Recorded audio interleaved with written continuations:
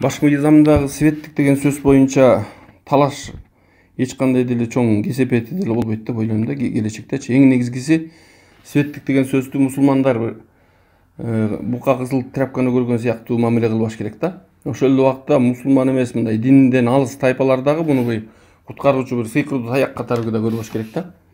Бул жерде баардыгы коомдогу кубулуштарга байланган да. Анткени адам баласы ушундай назик нерсе.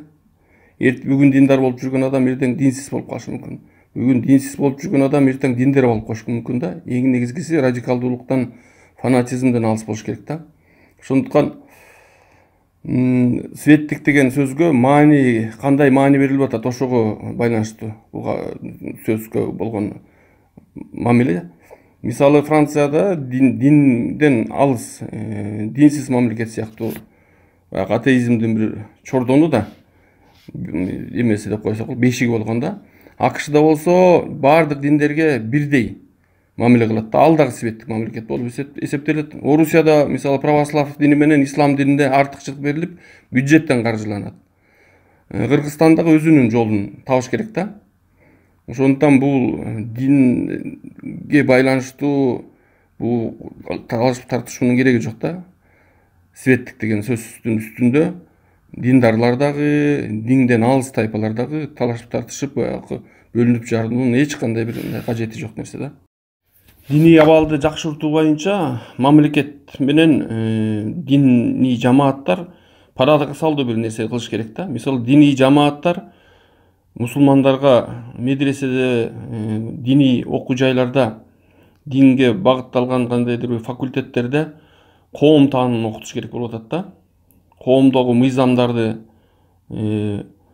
баш мыйзамды кармануу боюнча мусулмандар үлгү болуш үчүн коомдун кантип жаралат, кантип парламенттик президенттик формага айланат, конституциялык монархия болсо дагы, президенттик башкаруу болсо дагы, парламенттик башкаруу болсо дагы, эң негизгиси жанакындай бийлик бутактарынын бири-биринен көз карандысыздыгы, сөз эркиндиги, массалык маалымат каражаттарынын активдүүлүгү корголуусу ошол маанилүү болуш керек да. Ошон үчүн мусулмандар коом таанын окуш керек да. Мамлекет болсо мектептерге, жогорку окуу жайларга дин боюнча сабактарды, дин тарыхтарын сабагын, дин маданиятын сабагын, кыскасы ошо динге тиешелүү агартуу болуш керек да. Эң негизгиси ошо динди минималдуу түрдө таанып алса, ал динге кызыкпаган адам болсо дагы, жанакындай Сирияды сыяктуу адамдарды камкордукка алып барган, мыкаачылыкка алып барган, бул дүйнө мусулмандар үчүн айтып коебуз, бул дүйнө жана акыретин жок кылчу, адамды өлтүрүү, адамга каршы кылмыштарды кылуудан алыс болуш керек да. Ошондуктан ошондой мамлекет диний сабаттуулукка көңүл буруш керек. Диний жамааттар коом таануу, мамлекеттин түзүлүшү боюнча сабатсыздыгын жоюш керек да.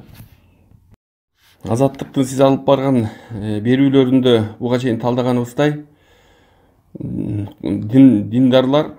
диндарлардын жамааттары коомдук жардамдашуу жана коомдук активизмден кийинки деңгээлге өттү деп айтсак болот. Даража деп жогору өттү деп айтсак болот. Бул саясат майданына аттанганын 2020-жылы көрдүк да. Баардык жамааттар тиги же бул деңгээлде аттанышты, саясатка катышышты.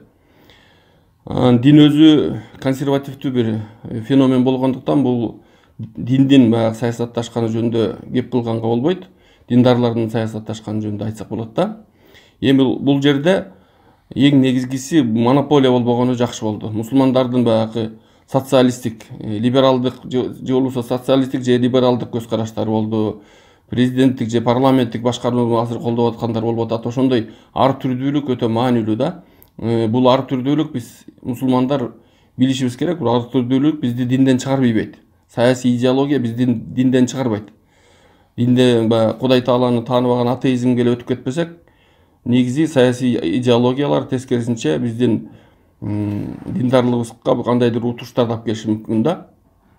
Эми бул жерде эң негизгиси ошо диний жамааттардын, диндар адамдардын саясатка катышуусунда ошо саясий шайлоо процессине катышканы өтө маанилүү болду да. Утуп чыкпаса дагы ошондой процесске катышып, өйдө төмөнүн көрүп, айрыкча могу 5-9 октябрдагы инкылаптарда дагы мусулмандар баррикаданын эки тарабында тең болду да.